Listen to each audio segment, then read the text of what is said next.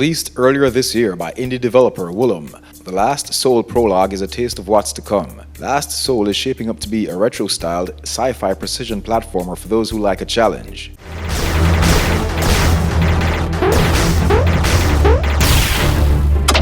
A wise man once said, "Unhappiness does not come from striving for your goals. The real unhappiness comes after getting what you want." In a nutshell, now that you've gotten all you've dreamed of and worked for, now what?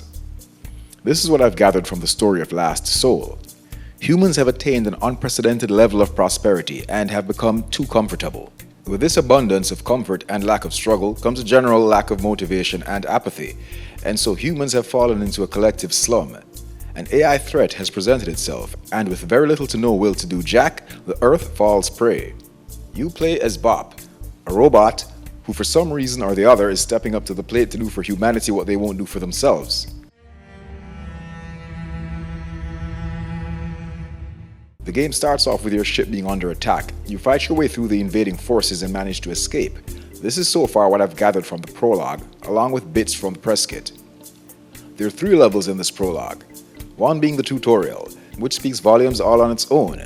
This may very well be the first tutorial that I died in and got a game over screen. This tells me that the actual game is going to be quite the challenge, to say the least.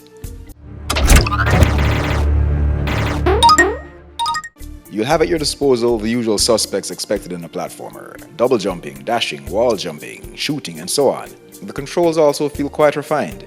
Not one of those platformers that leave me asking myself, what were the devs thinking?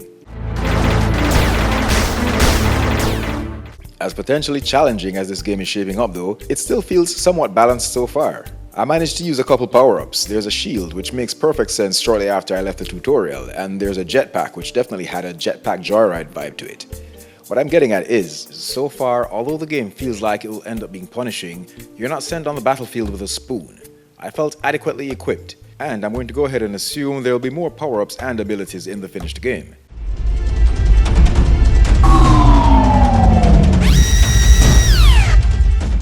The visuals are retro pixel art. Seems like an 8-bit aesthetic. Sometimes while platforming, I found it kind of difficult to determine what was a platform and what wasn't, but I look at this 2 ways. 1, I suppose this kind of comes with the territory.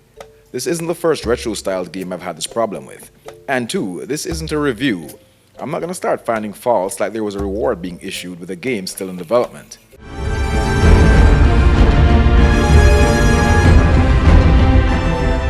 The sound so far is quite pleasing. The score, the effects, all seem intact. There's no voice acting yet and may never be, but who knows. Last Soul is still in its Kickstarter stage, so feel free to go support this title if it looks like something that would interest you. I see speedrunners having a blast with this one. It's set for a 2022 release, so there's still time to do your due diligence and make your minds up. There's a link in the description for both the Kickstarter page and the free prologue on Steam.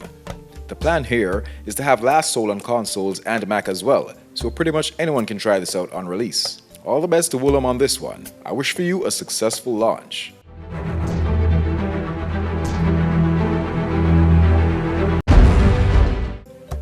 AAA games are all well and good, but many times, if you'd like a truly unique experience, one off the beaten path, then the indie scene is where you want to be.